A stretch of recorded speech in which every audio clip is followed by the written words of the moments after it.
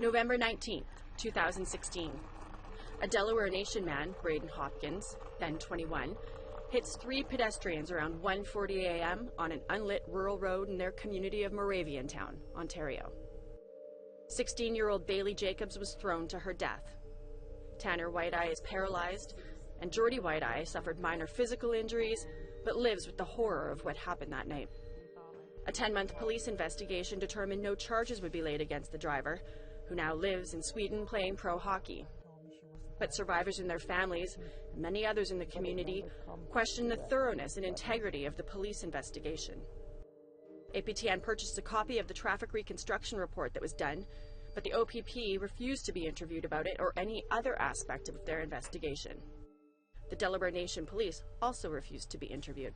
So APTN retained the services of retired Winnipeg Police Traffic Supervisor Damian Turner to analyze the collision report and try to make sense of the crash. They were saying speed wasn't a factor, he wasn't going fast, his airbags didn't even, he was going so slow when he hit them that the airbags didn't even deploy. He hit them hard enough to kill somebody. And again, it's all supposition because of the lack of information, but had the car swerved and now hit that pedestrian on a bit of an angle, your energy is not directly into the airbag sensor anymore, it's at a slight angle. Okay. Which now makes it seem to the computer that it's slightly less energy hitting it. So if there was a swerve and he did hit them on an angle, that may diminish the amount of force the computer recognizes to set off the airbag. So there's no way to definitively say that hitting 3 pedestrians would set off an airbag because they're all technically individual collisions that the computer would have to recognize. All 3 together would be large, but 3 separately are 3 smaller ones, and the car may not want to fire the airbag. Regardless of whether the airbags went off, damage to the vehicle suggests it wasn't moving at 30 kilometers an hour like police told the families. A smaller car with a slope to the hood would easily scoop a pedestrian up and carry them onto the windshield. It takes a very low speed to accomplish that. Something like this that has a flatter front end, at a very low speed, like 30 kilometers an hour, I would expect a pedestrian just to be sort of pushed forward, not to be lifted up onto the hood of the car and carried onto the windshield. There were, if I'll go back to that, 2 very distinct marks. One in the center of the windshield, quite low down on the hood, so somebody almost sliding along the hood into the windshield. And this one here didn't appear to be any damage on this portion of the hood. It's almost like they've folded over and hit the hood or hit the glass just by what's called the A-pillar, the angular part of the vehicle that holds the windshield. So that would indicate to me 2 people were probably struck. The traffic reconstruction report doesn't, in fact, reconstruct this collision. They've taken pictures of shoes. They've taken pictures of pieces of plastic, and they've identified them. But they don't say who does this shoe belong to.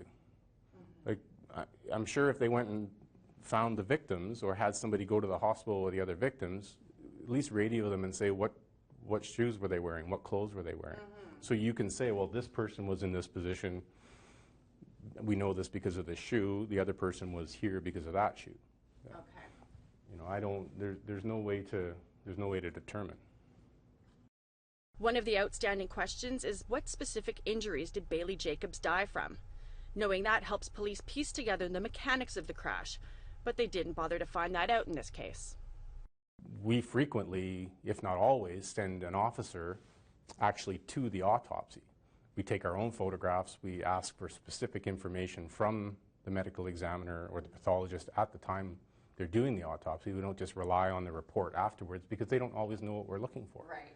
So yes, when a pedestrian is struck by a car, you want very specific information, and it's your duty to sort of go there and gather the information yourself, or at least make an effort to ensure that that information is obtained by the coroner for you.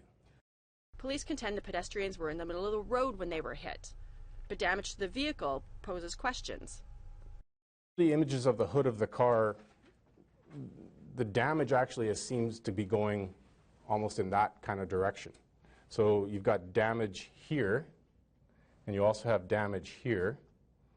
but it carries on a bit of an angle. So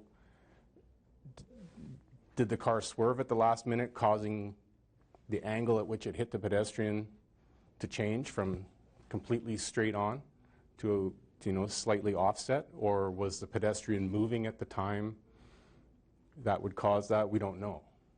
Were the pedestrians struck on the road or on the shoulder or the ditch? The officer did a sort of a basic calculation measuring the width of the roadway and the width of the car, and then sort of trying to put the car on the roadway at a certain point based on where the damage is. I don't know that that's entirely accurate. So was it just an unfortunate, unavoidable collision on an unlit road, like police conclude? We have no reason to believe that there was reduced ability of the pedestrians to be seen by approaching drivers. If they felt that they were engulfed in light on a dark road with your high beams on, one would expect that you would see them.